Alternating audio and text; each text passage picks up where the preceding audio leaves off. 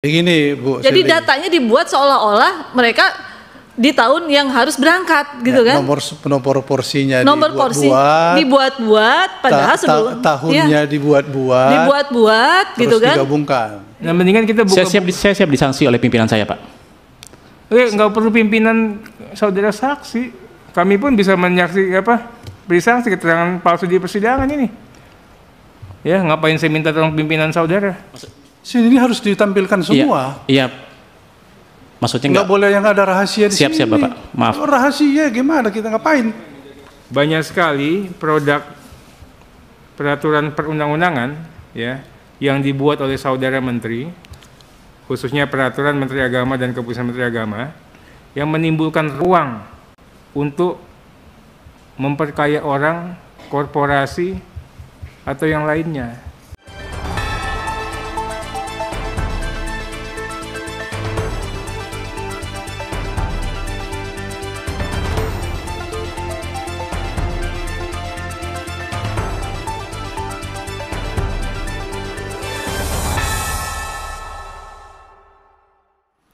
Saya punya kasus, ada jamaah yang dia seharusnya berangkat di tahun beberapa yang akan datang, dia baru daftar tahun kemarin, saat dibuka siskohatnya yang kemarin diserahkan kepada kita, ternyata siskohatnya dia didaftarkan tahun 2013. Bagaimana ini bisa terjadi? Artinya siskohat ini tidak bisa melakukan penyaringan, itu loh. Apa yang akan dilakukan oleh Kementerian Agama terhadap oknum dari yang memang melakukan upaya seperti ini? Ibu, kami pernah mengalami kondisi yang seperti itu, pemalsuan Ibu ya berarti ya? Ya. Pemalsuan. 2019 ada 2 orang jemaah dari Lumajang, Jawa Timur yang melakukan pemalsuan penggabungan mahram. Secara proses memang disampaikan ke kami bahwa secara proses bahwa di Kemenak Kabupaten Kota itu jika syarat formil sudah terlengkapi ya memang harus diproses, karena tidak pernah kemudian Kemenak punya kewenangan menyatakan sebuah dokumen asli atau palsu. Nah, kemudian tetapi ketika diketahui bahwa jemaah yang bersangkutan itu memalsukan dokumen, maka keberangkatannya pun dibatalkan, padahal yang bersangkutan sudah di asrama haji. Itu Ibu tindakannya. Mohon maaf, dia tidak memalsukan. Dia ditawarkan.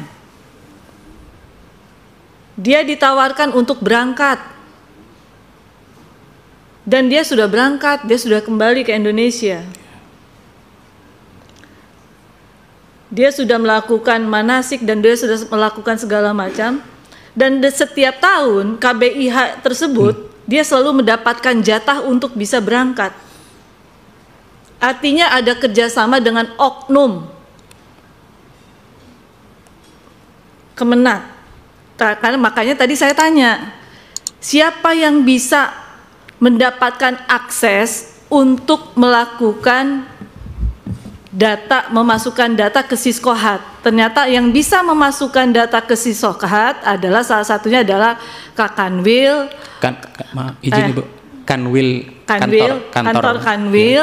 kantor Kemenak Kabupaten Kota, gitu kan, seperti itu. Kemudian embarkasi sektor, gitu kan.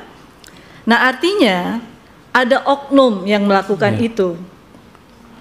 Nah, untuk itu pimpinan kalau diizinkan, maka saya ingin meminta kepada siskohat yang ada hadir hari ini, Pak, kepada saudara saksi untuk bisa ditampilkan dari apa yang tadi diinginkan oleh pimpinan bisa tidak ditampilkan. Untuk di tahun 2024 kemarin ada berapa banyak para jamaah yang menjadi mahram, misalnya, yang kita buka berdasarkan itu, gitu kan?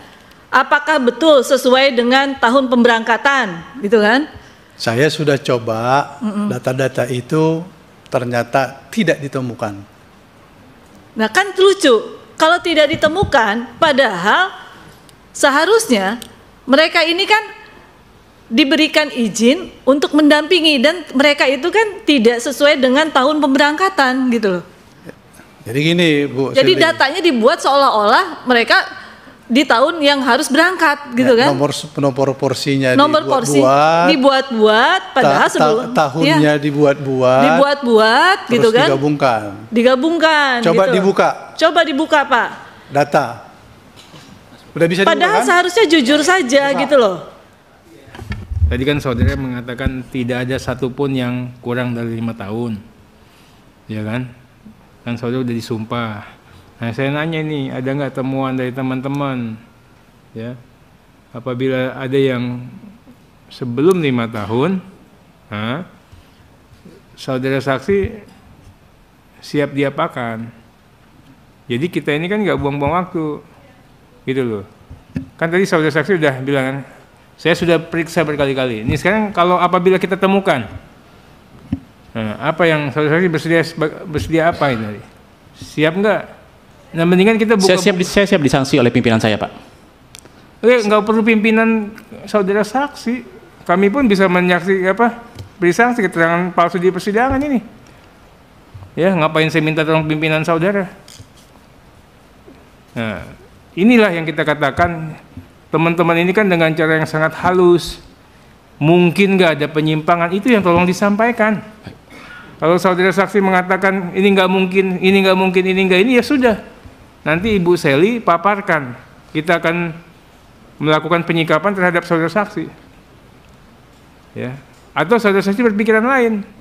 Oh ini Pak, ternyata memang ada potensi untuk disalahgunakan. Misalnya apa? Ini paparan ini kan memang dipaparkan sedemikian. Bisa saja kami khilaf karena kami tidak mengecek kapan yang bersangkutan didaftarkan. Tadi kan ada contoh yang di Ibu Seli. Itu kan semua ada mendaftar. Jadi kita terbuka, Pak. Ya, Pak. Coba dibuka itu pendaftarannya kapan? Izin Ibu, boleh kami tahu nomor porsinya? Tapi kami nggak tampilkan ini Pak, biar tampilkan ke Bapak for ini. Sini ini harus ditampilkan semua. Iya. Maksudnya nggak boleh yang ada rahasia di sini. Siap Bapak, maaf. Oh, rahasia gimana, kita ngapain? Siap Bapak, saya tampilkan Pak. Ibu, izin. Dalam PMA 13 tahun 2021 Pak Arteria, di pasal 29 itu dibuka untuk proses pelimpahan porsi. Jika ada jemaah yang kemudian wafat atau sakit permanen, maka yang bersangkutan itu bisa melakukan pelimpahan porsinya kepada suami atau istrinya, anak atau orang tuanya, atau saudara kandung. Nah, kalau seperti itu, kita sudah bisa mengira, sudah bisa menebak bahwa yang dilakukan itu adalah pemalsuan atau Ibu, yang melakukan input itu di Kemenak Kabupaten Kota, kemudian Ibu, izin Ibu. Salah satu ini prosesnya proses resmi. Ada prosesnya di dalam PMA 13 tahun 2021 pasal 29 Pak Arteria. 29 Pak ya. Iya. Pasal 29 itu ini saya tanya ini, pasal 29 itu kan mensyaratkan adanya sakit permanen, meninggal dunia sebelum keberangkatan, ya kan? Ya, betul. Syaratnya cuma 2 loh, nggak ada syarat yang lain. Ya. Kemudian pihak beneficiary-nya apa? Siapa ini yang bisa dilimpahkan? Suami, istri, ayah, ibu, anak kandung, saudara kandung. Iya. Ya, dari informasinya Ibu Seli, ya. Pertama, tidak ada peristiwa meninggal dunia dan keberangkatan mungkin. Tapi yang sudah pasti adalah yang bersangkutan itu bukan suami, istri, ayah, ibu, anak kandung dan saudara kandung dari yang bersangkutan. Kok bisa itu? Berarti terjadi dilakukan ada pemalsuan dokumen dalam proses penggabungan mahram tersebut, Pak Arteria. Itu dia. Iya. Jadi artinya kan Bapak tidak bisa menjamin dan memastikan seperti yang saudara katakan tadi. Ya, jadi pertama siapa yang mengganti tahun, merubah data? Apakah itu yang menginput data bisa mengedit data? Ini kan tadi bicaranya Kemenak di wilayah, di kabupaten kota. Nah, apakah dia bisa merubah daftar antri? Dia bisa input data yang akan berangkat, sekaligus bisa merubah data asal berarti. Ya kan, berarti dia bisa memasuki sistem dan melakukan perubahan terhadap sistem. Ini saya nggak tahu satu dari berapa. Baik, izin Ibu. Pelimpahan porsi adalah proses resmi yang ada di dalam PMA 13 tahun 2021, pasal 29. Dengan syarat-syarat tertentu dan dokumen-dokumen yang kemudian harus dilengkapi. Ketika kemudian proses itu dilakukan, kan Kemenak Kabupaten Kota hanya menginput pengajuannya. Hanya boleh menginput pengajuannya. Siapa yang memproses? Kami ada lapisan kedua lagi. Jadi tidak akan bisa hanya kan Kemenak input saja, itu tidak bisa Bapak. Di sini di PMA 13 yang bisa kemudian melakukan penyetujuan dan proses pelimpahan porsi tersebut itu di level Kanwil. Jadi melewati dua saringan. Itu upaya kami untuk kemudian memproteksi proses ini, prosedur ini. Upaya kami untuk memproteksi itu. Saya mau nanya sedikit Pak. Ini Siap. PMA 13 ini sebelumnya ada PMA berapa Pak? Sebelum PMA 13? Ada PMA 42 ya? Ada PMA 83. Nah. PMA 16 2015.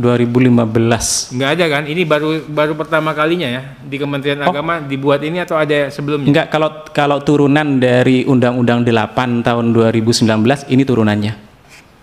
Ya. Ini turunannya Baru ini ya? turunan dari Undang-Undang 8. Ya. Kalau sebelumnya ada Pak, maaf saya enggak hafal. Ada nggak yang mengatur mengenai pengalihan yang tadi? Tidak ada. Itu yang saya katakan tadi Pak. Ya. Ini yang saya katakan tadi. Kemarin malam saya katakan banyak sekali produk peraturan perundang-undangan ya yang dibuat oleh saudara menteri, khususnya peraturan Menteri Agama dan keputusan Menteri Agama yang menimbulkan ruang ya untuk memperkaya orang, korporasi atau yang lainnya. Ini kalau saya katakan ini idenya ide mulia Pak, ya kan? Kalau yang dibaca oleh orang-orang yang tidak paham dan orang-orang yang pikirannya baik-baik saja. Tapi kalau bagi orang drafter ya, tukang bentuk peraturan perundang-undangan, kalau bagi teman-teman di Komisi 8 ini bahaya banget redaksi-redaksi di sini Pak. Siap. Banyak ruang gelap yang sengaja diciptakan, yang sudah juga difasilitasi. Barang ini akan jatuh kemana? Yang nampung ini adalah apa? Siskohat. Oh yang sono datangnya kemana? Ditampung sama Kanwil. Oh yang begono gimana? Ditampung sama Kakan Menak. Ya KBIH. Ya ini saya katakan hati-hati loh. Nanti bisa dijelaskan pasal demi pasal. Siapa yang buat ini? Yang buat PMA 13 siapa? Saya minta orang-orangnya siapa aja deh. Saya tidak. Saya minta ini. Ya.